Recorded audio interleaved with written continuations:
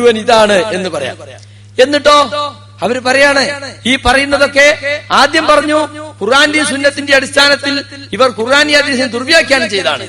പിന്നെ അതേ ആളെന്നെ പറയാണ് ഉമർ സുലൈമാൻ അൽ അസ്കറിന്റെ ഒരു പുസ്തകമാണ് ശംസുദ്ദീൻ പാലത്തിനുള്ള അവലംബം.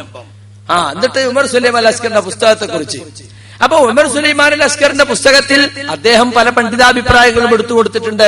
ശൈഖുൽ ഇസ്ലാം ഇബ്നു തൈമിയ്യയുടേതും ഇബ്നു ഉസൈമീന്റേതും സാലിഹുൽ ഫൗസാന്റേതും ഇബ്നുൽ ഖയ്യിമിന്റെ പലരുടെ അഭിപ്രായങ്ങൾ എടുത്തു കൊടുത്തിട്ടുണ്ട്. ആ പണ്ഡിതാഭിപ്രായങ്ങൾ ചിലത് പ്രസംഗത്തിൽ സ്വാഭാവികമായും പല ആളുകളും ഉദ്ധരിക്കുമല്ലോ. പക്ഷേ പണ്ഡിതാഭിപ്രായങ്ങൾ പ്രമാണങ്ങൾക്കെതിരാണെന്ന് ബോധ്യപ്പെട്ടാലോ പണ്ഡിതാഭിപ്രായങ്ങൾ നമ്മൾ കൈയൊഴിക്കും. അത് പ്രമാണങ്ങൾക്കെതിരാണ്. കാരണം അവർക്ക് മനസ്സിലാക്കുന്നിടത്ത്, പ്രമാണങ്ങൾ വ്യാഖ്യാനിക്കുന്നിടത്ത്, ഖുർആനും ഹദീസും ഉപയോഗിച്ച് കാര്യങ്ങൾ സ്ഥിരീകരിക്കുന്നിടത്ത് തെറ്റുപറ്റിയെന്ന് ബോധ്യപ്പെട്ടാൽ അത് തിരുത്തും. അത് ശംസുദ്ദീൻ പാലത്ത് തിരുത്തുകയും ചെയ്യും. പക്ഷേ തിരുത്തിയതൊക്കെ വീണ്ടും വീണ്ടും ആവർത്തിച്ചുകൊണ്ടേയിരിക്കാണ്. കാരണം എന്താ? ജീവിക്കണ്ടേ. AP അബ്ദുൽ ഖാദർ മൗലവി പറയുന്ന ഒരു കഥയുണ്ട്. വല്ലാതെ വ്രണം പൊട്ടി ഒലിക്കുന്ന ഒരുത്തൻ അതിങ്ങനെ മറച്ചു വെച്ചും ഇടക്ക് പൊന്തിച്ചു കാണിച്ചും ബസ്സിൽ ഇങ്ങനെ പൈസ വിരിക്കുക. അപ്പോ ഒരാള് ചോദിച്ചു, വളരെ അടുത്ത് വിളിച്ചിട്ട്, നിങ്ങൾ ഇങ്ങനെ വിഷമിക്കണ്ട, നിങ്ങൾ ഇതിന് ചികിത്സ ഉണ്ട്. ചികിത്സ ഇതിനാ? ചികിത്സ ഉണ്ട്. എന്നിട്ട് എങ്ങനെ? അത് ഞാൻ പോയിക്കോ, അതിന്റെ ചെലവൊക്കെ നിങ്ങളൊന്നും അറിയണ്ട, നിങ്ങൾ ഇന്ന ആശുപത്രി പോണം, ഞാൻ ഒക്കെ വഹിക്കും. അങ്ങനെ പറഞ്ഞ് അവസാനം ഇയാൾ ചോദിക്കുക, പിന്നെ ഞാൻ എങ്ങനെ ജീവിക്കുക? ചികിത്സിച്ച് മാറ്റിയ പിന്നെ ജീവിക്കാൻ പറ്റുമോ? ഇതാപ്പോ മടവൂരികളുടെ സ്ഥിതി. ശംസുദ്ദീൻ പാലത്ത് തിരുത്തിയ പിന്നെ ജീവിക്കണ്ടേ അവർക്ക്? അവിടെ തിരുത്തിയിട്ടില്ല എന്ന് പറഞ്ഞിട്ട് തിരുത്തിയത് ഇങ്ങനെ പറയാ, അതിന് മറുപടി വരാ, അതിന്റെ കുറച്ച് അവരെ വകയും ചേർത്തിട്ട് മറുപടി വരാ, സുല്ലം എങ്ങനെ എഴുതുക. അതാണ് ഇപ്പൊ നടന്നുകൊണ്ടിരിക്കുന്നത്. നടക്കട്ടെ, അതല്ലേ വേണ്ടത്. അവരെ സംബന്ധിച്ചിടത്തോളം അവരെ ജീവവായുവാണ്, നിലനിൽക്കാൻ കഴിയൂല. ആ വ്രണം കാട്ടി പിരിവ് നടത്തണവന്റെ ഗതികേടാണ് ഇപ്പൊ ഇവർക്കുള്ളത്. അത് തിരുത്തിയാ പിന്നെ ഇവർക്ക് ജീവിക്കണ്ടേ? സുഹൃത്തുക്കളെ, യഥാർത്ഥത്തിൽ പ്രമാണങ്ങളോടുള്ള സമീപനത്തിലാണ് ഇവിടെ വ്യത്യാസം വന്നിരിക്കുന്നത്. ആളുകൾക്കിടയിൽ മൊത്തത്തിൽ ഇവർ പ്രചരിപ്പിച്ചുകൊണ്ടിരിക്കുകയാണ്. ഈ ദുഷ്പ്രചാരകന്മാരുടെ പ്രധാന വഴി എന്താ? ബുദ്ധിക്ക് യോജിക്കാത്ത ഹദീസുകളാണ് ഞങ്ങൾ തള്ളുന്നത്. ഇവരെ പ്രസംഗം കേട്ടാൽ ഇവരുടെ വീക്ഷണം എന്താന്ന് മനസ്സിലാവുമോ? ഇല്ല, കുളം കലക്കൽ മാത്രം. ആ കലക്കുന്ന വല്ല പരലോ വല്ല ചെറിയ മീൻ എന്തെങ്കിലും കിട്ടിയാലായല്ലോ, ആ കലക്കല് മാത്രമാണ് ഉദ്ദേശം. പക്ഷേ കീറവലയും കൊണ്ട് ഇറങ്ങിയ ആൾക്ക് വല വീശുവാൻ തന്നെ മനസ്സിലായി ഇതിലൊന്നും കുടുങ്ങൂല. അതിനത്ര ഈ വിലക്ക് യാതൊരു കണ്ണിയും അതിൽ കുടുങ്ങണ യാതി അല്ല മുജാഹിദുകളെന്ന് ഇപ്പൊ മനസ്സിലായി. ആ കീറവല കൊണ്ട് കുളം കലക്കിയിട്ട് വല്ലതും കിട്ടുമോ എന്ന് നോക്കുകയാണ്. ഇത് സംഘടനാ പിളർപ്പുമായി ബന്ധപ്പെട്ട വിഷയമേ അല്ല. 2002 സംഘടനയിൽ നിന്ന് 35 വിത്തനക്കാരെ പുറത്താക്കിയ സന്ദർഭത്തിൽ അവർ പത്രങ്ങൾക്ക് കൊടുത്ത വാർത്തയിൽ തന്നെ അവർ പറഞ്ഞിരുന്നത് എന്താണെന്ന് അറിയുങ്ങള്?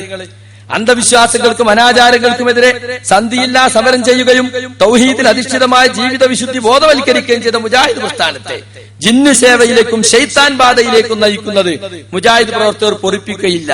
മാധ്യമം 13/8/2002. അച്ചടക്ക നടപടിമല്ല ISM. കണ്ടോ, വാർത്ത കൊടുത്തതാ 2002. അപ്പൊ മുജാഹിദ് പ്രസ്ഥാനം ജിന്ന് സേവയിലേക്ക് നയിക്കുന്നു, ശൈത്താൻ ബാധയിലേക്ക് നയിക്കുന്നു.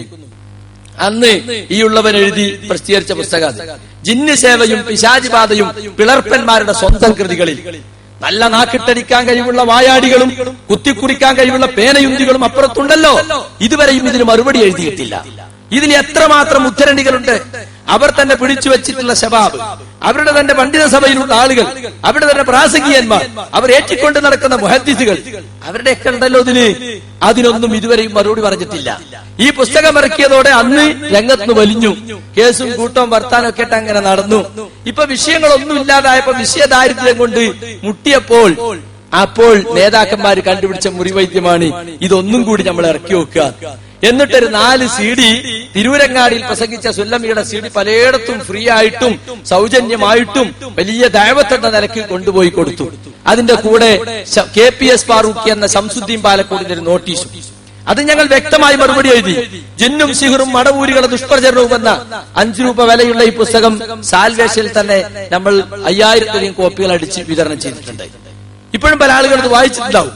അപ്പൊ ഞാൻ പറയുന്നത് ഇവരുടെ എല്ലാ ആരോപണങ്ങൾക്കും കൃത്യമായി നമ്മൾ മറുപടി പറയുകയും ഈ ആരോപണങ്ങളെല്ലാം തെളിവില്ലാത്തതാണെന്ന് വ്യക്തമായി നമ്മൾ സമർത്ഥിക്കുകയും ചെയ്തിട്ടുണ്ട്. ഇവരെ ചില ആളുകൾ പറയുന്നത് അബ്ദുസ്സലാം സുല്ലമിയുടെ ഈ വാദങ്ങളൊക്കെ വളരെ മുമ്പേയുള്ള വാദങ്ങളാണല്ലോ, അതെന്താ നിങ്ങൾ ഇപ്പോൾ വിമർശിക്കുന്നത്? അന്ന് അബ്ദുസ്സലാം സുല്ലമിയുടെ ഇത് മാത്രമായിരുന്നു. അബ്ദുസ്സലാം സുല്ലമി എന്ന വ്യക്തിയുടെ ഒറ്റപ്പെട്ട അഭിപ്രായങ്ങളായിരുന്നു. ആ നിലക്ക് അതിനെ കൈകാര്യം ചെയ്യാൻ നമുക്ക് പ്രയാസമുണ്ടായിരുന്നില്ല. ഇന്നതല്ല, ഇന്നതൊരു പ്രസ്ഥാനം ഏറ്റെടുത്തു, ഒരു സംഘടന ഏറ്റെടുത്തു. ഞങ്ങൾ എല്ലാവരും അദ്ദേഹത്തിന് പിന്നിലുണ്ടെന്ന് ഇവരുടെ ജമിയത്തുൽ ഉലമയുടെ സെക്രട്ടറി പ്രഖ്യാപിച്ചു. അപ്പോൾ അതിന്റെ സ്വഭാവം അങ്ങനെ തന്നെയാണ്. അതൊരു കൂട്ടർ പ്രചരിപ്പിക്കാൻ തുടങ്ങിയപ്പോഴാണ് നമ്മൾ അതിനെ എതിർക്കാൻ തുടങ്ങിയത്. ഹുസൈൻ മടവൂരിന്റെ സ്വന്തമായ കുറെ അഭിപ്രായങ്ങൾ ഉണ്ടായിരുന്നു. അത് അദ്ദേഹത്തിന്റെ മാത്രം മേഖലയിൽ ഒതുങ്ങി നിന്നിരുന്നു. പക്ഷെ ISMന്റെ സംഘടനാ സംവിധാനം ഉപയോഗിച്ച് അത് പ്രചരിപ്പിക്കാൻ തുടങ്ങിയപ്പോഴോ നമ്മൾ അതിനെ എതിർക്കുക മാത്രമല്ല, അദ്ദേഹത്തിന്റെ വ്യതിയാനം ജനങ്ങളെ ബോധ്യപ്പെടുത്തുകയും ചെയ്തു എന്ന് എല്ലാവർക്കും അറിയുന്ന യാഥാർത്ഥ്യമാണ്. അതുകൊണ്ട് തന്നെ പിടിച്ചു നിൽക്കാൻ നിവൃത്തിയില്ലാത്തത് കൊണ്ടാണ് ഇപ്പോൾ ഈ വിഷയം എടുത്തിട്ടത്. സംഘടനക്കകത്ത് പ്രശ്നമുണ്ടായപ്പോ കേരള നേതൃത്വ മുജാഹിദിന്റെ കോർഡിനേഷൻ കമ്മിറ്റി രണ്ടു കൂട്ടരെയും വിളിച്ചു ചേർത്തു. എന്തൊക്കെ വിഷയം ചർച്ച ചെയ്യണം, എന്തൊക്കെയാണ് തർക്കമെന്ന് ചോദിച്ചു. അങ്ങനെ 2001 ജൂൺ 4 യോഗത്തിൽ രണ്ടു കൂട്ടരും കൂടിയപ്പോ ഇവർ പറഞ്ഞോ, ജിന്ന് ശൈത്താൻ സിഹിർ വിഷയത്തിൽ അഭിപ്രായ വ്യത്യാസമുണ്ട്, അത് ചർച്ചക്കെടുക്കണമെന്ന് പറഞ്ഞോ? പറഞ്ഞില്ല. എന്തേ? അന്ന് പറയാൻ മാത്രം ഇവരിൽ കോപ്പില്ല. പിന്നീട് പുസ്തകം ഇറക്കുകയും അന്ന് പത്രവാർത്ത കൊടുക്കുകയും ചെയ്ത ആളുകൾ അന്നും ഉണ്ടായിരുന്നല്ലോ ഈ ആയുധം കയ്യിൽ. പക്ഷേ പണ്ഡിതന്മാരുടെ മുമ്പിൽ മാറ്റുരക്കാൻ മാത്രമുള്ള തെളിവുകൾ കയ്യിലില്ല. സാധാരണക്കാരെ പൊട്ടീസാക്കാനും തെറ്റിദ്ധരിപ്പിക്കാനുമുള്ള ചില വാചാടോപങ്ങൾ മാത്രമേ ഉള്ളൂ എന്ന് അവർ ഉത്തരവാദപ്പെട്ടവർക്ക് അറിയുന്നത് കൊണ്ടാണ് അത് ജമിയത്തുൽ ഉലമയുടെ മുമ്പിൽ ഒരിക്കലും ചർച്ചക്കെടുക്കാൻ ഇവർ ധൈര്യം കാണിക്കാതിരുന്നത്.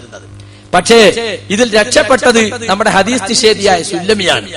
തന്റെ ഹദീസ് നിഷേധ ചിന്താഗതി ജനങ്ങൾക്കിടയിൽ പ്രചരിപ്പിക്കുവാൻ സന്ദർഭം കാത്തിരിക്കുകയായിരുന്നു അദ്ദേഹം.